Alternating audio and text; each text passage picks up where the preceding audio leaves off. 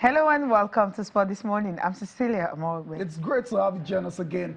I'm Tayo Salah. Right, so we're starting off the show with the Super Eagles of Nigeria. It's only right because they're getting ready for the 2018 FIFA World Cup in Russia. And after they lost their final warm-up game against the Czech Republic, Coach Genaro says they are not ready. When are they going to be ready? That's the question. On 2 days to when they're playing Croatia, right? So they have 9 days to be ready for that very crucial game. Win your first game and the others will definitely come easy peasy. Still on the program, why the Super Eagles of Nigeria are struggling in their friendlies. 5 friendlies and 3 losses, 1 draw and a win. The Super Falcons, the first competitive game, talking about qualifiers for the African Women's Cup of Nations against Gambia. They won by a lone goal, and it was Korunkwa Marachi who ensured that the Super Falcons had the advantage from the first leg in Banjul. 1-0, a win is a win, slim, large, huge, a win is a win. Advantage, Super Falcons, they can come back home and consolidate and qualify for Ghana 2018. Also on the show, we're talking basketball now, and the Golden State Warriors are 1 win away from their 3rd championship in 4 years after defeating the Cleveland Cavaliers 110-102 in Game 3 of the NBA Finals. The Cavs are about to get swept, and Cecilia is not a very, very happy lass this morning. Cecilia, but it is what it is. The Warriors are just unstoppable at the minute, and if the Cavs are not careful, they will be swept. Yeah, they just 1 game, and it will be their 3rd in 4 seasons. Wow, that's incredible. Well, why the other one was more like a Steph Curry show, here we have a Kevin Durant show. All the 3-pointers beyond the arc. And how did he do that? But well, let's start with the results, right? We'll get to KD later on. KD was just unplayable. Was locked in and loaded and ready to explode, and actually exploded against the Cavs. Before we get to KD, let's just get confirmation of the result. That's it for you. 110-102 in favor of the Golden State Warriors. This game was played at the Quicken Loans Arena, the home court of the Cavs, and a lot of people thought the Cavs will return back to home comfort and get Game 3. Wasn't meant to be. They tried really hard. They led in the first half by 6 points, but KD ensured that the Warriors stayed in it, and once the 3rd quarter came, everyone was explosive on the night. Wow. 43 points, that's huge. But I think how they were able to come back from that first deficit, I felt for the Golden State Warriors, they may not want to push them because they know they still have more games. But somehow, they just didn't want to relax at all. They just went on and on and on. And when KD started his explosive 3-pointers and all, there was just no stopping him. I like the way you keep using explosive. I mean, they just couldn't hang with the guy on the day. But before we get to KD, the interesting thing and the good thing that we know about the Warriors is the strength in depth. That's why their motto, their slogan is strength in numbers. And Steph Curry struggled big time early this morning. Klay Thompson struggled as well too. Steph Curry finished with just 11 points, 3 of 16 from the field. That's usually not the numbers you expect from Stephen Curry. For Klay Thompson, it was a struggle as well too, finishing with just 10 points on 4 of 11 shooting.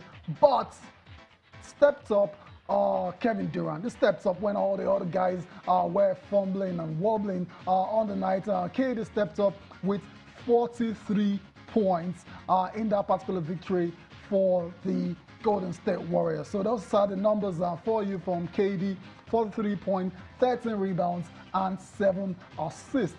On the other side of the divide, we had Lebron James, who expectedly, he always turns up, right? I mean, another fantastic game by LeBron: 33 points, 10 rebounds, and 11 assists. Another triple-double to add to his impressive collection. But it looks like, once again, LeBron James will be losing another NBA Finals, which is a shame.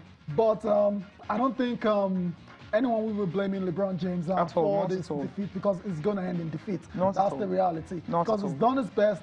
The sporting cast, much criticized, some of them showed up yesterday. Kevin Love showed up, right? Yeah, he did show up. But the thing is, I mean, I think what Kevin, I don't know why I keep going back to him. What he did on the night was just, that's what made the difference. That was the difference. Because the coach actually talked about the fact that if they were able to restrict the likes of Steph Curry and Klay Thompson for not being able to shoot as much as they would have loved to do on the night, but then they didn't know that KD somehow had other plans and all, just shooting from wherever he was, and he was just hitting the net. And it was easy. Nothing to him. It was just straight up, and it was so easy, as if, you know, he was like, something came on him, and it was just unplayable, and no one could even stop him. It was a bit just possessed. It was possessed. I think that's, I wanted to avoid that. Yeah, but there was something in him that actually came. I mean, even when they tried to stop him, maybe what came on Steph Curry when he had that 9 threes. Exactly. Same thing happens to KD. So when it's not happening to Steph Curry, you have someone else is happening. That's why they're so difficult to beat over 7 games. I remember a lot of our guests that we've had in the studio have said the same thing. Over 7 games,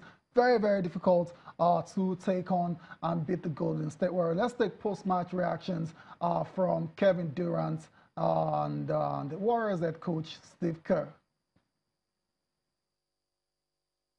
We struggled to shoot the ball early on, and I felt like I had some good looks, and, you know, I just started asking for more of them, and, you know, I was able to knock down some shots for us. We should probably go back to Kevin Durant, shouldn't we?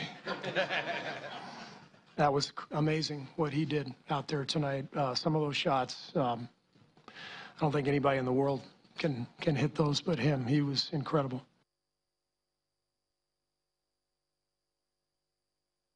Warriors head coach Steve Kerr. We're also listening to the man of the moment, Kevin Durant. Kevin Durant still receiving a lot of flack on social media because he decided to go to the Warriors and left Oklahoma City. I don't understand why people are still hating on that guy. Everyone wants better working conditions. Everyone wants to work with better teammates. And he left. Now he's going to win his 2nd ring in 2 years. So it looks like that's fantastic. Fantastic decision. You understand? I mean, when you, it's just like you having Russell Westbrook joining Lebron somehow. I mean, so when you see a team and you know that this is a winning team, and they want you, they can afford you. The money, everything is there, and there's there are chances of you having 1 ring and all that. Exactly. Why not do it? Why not do it? I don't get it. I think a lot of people the game is all about what you, the trophies, your rings, and all that. At the end of it's the not day, about the numbers. Your sometimes. numbers, yeah. Everybody will forget the numbers. Someone might come up to actually, you know, break that record and all that about the numbers. But then what happened to the ring? No one takes that away from you. It's there forever. I think all those guys that are salty on social media and just bitter, let this guy leave. Let's let him leave. I mean, and it's shown that he's not just jumped on a winning bandwagon. He's actually leading them. He's not just. He didn't join. He didn't join the moving train. I mean, he joined the moving train and he took over. More basically, like the driver. The driver. Fantastic. So the Warriors will get the chance to close out the series in Game 4. That's on Friday. So we'll see let's get reaction from them. Also talking about the Cavs, obviously they're not happy with this, despite the performance they put in on the night. Somehow, just one man just ensure that they wouldn't have a party at all. The air is very low. I mean, you can't. You know, it's almost like, you know, playing the Patriots. You just can't have mistakes. They're not going to beat themselves. You know, so, you know, when you're able to either force a miscue on them, you have to be able to capitalize, and then you have to be so in tune and razor sharp and focused every single possession. You can't have miscommunication. You can't have laws. You can't have my faults or my bads and things like that, because they're going to make you pay. You know, I think that we fought very hard. Our schemes have been there. I know that KD had you know, one of his games that'll go on his highlight reel, and one that you know, was, you know, incredible even by his standards. One of the best one-on-one players in our league, you know, top 2 best players in our league, and you know, holding Steph to 11 points and Klay to 10, you know, you would think you would win that game. So the guys did a good job on those 2 guys, and you know, I thought Durant hurt us, you know, with his one-on-one, you know, getting to the free throw line a little bit, but his one-on-one ability really, you know, saved him again tonight. Restricting Steph Curry to 11 points on the night, but KD had other plans. But no team had ever come back from 3-0 down to win the series. So maybe. What's going to happen? Miracle? They came back from 1-3 down the last time around. But this is 3-0. This is not going to happen. Okay, it's not going to happen. So they're going to take Game 4. Yeah, I mean, maybe. At the start, I thought it was going to be a sweep.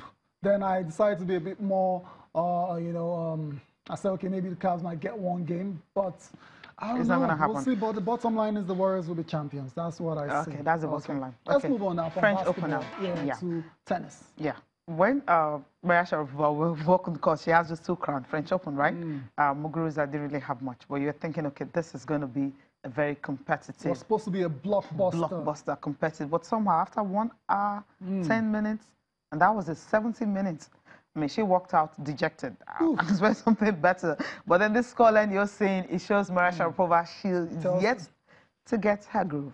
Yeah, I mean, it tells a story. Straightforward, clinical, comprehensive Only victory 3 games for Gabin Muguruza, 6-2, 6-1. And she's through to the semifinals, and Maria Sharapova is on her way back to Russia, America, wherever she stays these days. Let's take post-match reactions. And for Maria Sharapova, she's basically admitted after that loss that Muguruza was the better player. Being aggressive is, as I think you know, it's part of my game. And when you're facing somebody that also has an aggressive style of game, I think it's about, you know, who takes the command, who takes the first opportunity. So I think it was a little bit of that today. Very good match. I think she's right now probably the best player. Well, she's #1, so I'm excited to play a good semifinals. And it's good that it's tomorrow, so yeah. She did a lot of things better than I did. I think she was the aggressive one. She had a lot more depth in the ball. I think my shots were a lot more forced, or she served a lot better than I did. Of course, I expect certain things for myself, being in good positions throughout my career and putting myself in #1 ranking. Of course, you know what that feels like, and you always you view that as a target. There's no doubt, but I'm also very realistic, and you know, looking back at where I started, 40, 50 in the world. I don't know what it'll be after this event, but you know, I guess it's nice counting those numbers, you know, getting somewhat of a reward for the efforts, whether they're small or large, but you have to take it. You have to appreciate that. Maria Sharapova being magnanimous in defeats there, and that's the end of our own competition. But the other semifinals went down between Simona Halep, world #1, and Angelique Kerber, another great player. And this one was a lot more competitive. A lot more. We went to 3 sets, and Halep eventually prevailed 6-7, 6-3, 6-2 to move into a 3rd semifinal at Roland Garros. Let's see where she can go from here, because she's going to be facing Gabin Muguruza next for plus and the finals. Well, let's get reactions from that. It was a tough start. I think I missed too much, and I wanted actually to do too much in the match, and it was tough because her ball is very low and you don't have many chances to finish the points from there.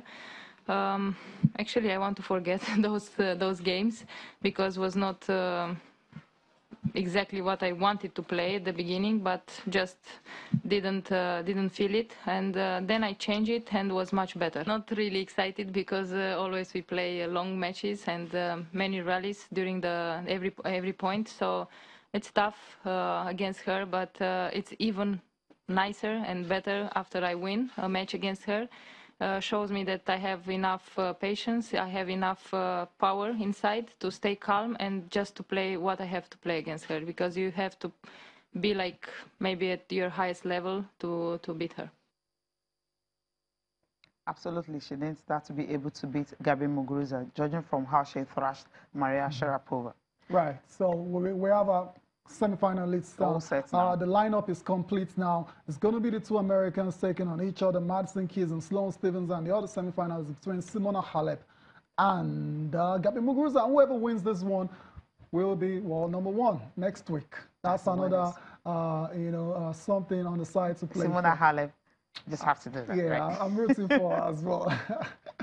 Okay, we'll go on very quickly. Rafael Nadal, well, he dropped a set finally. I mean, he lost the first set yesterday against Schwarzman. Then he will continue today. He's leading 5-3, just 1 game away from tying it up all 1 when the game resumed today. It was suspended because of rain. We're going to break now. We'll come back. We'll enter in the World Cup segment.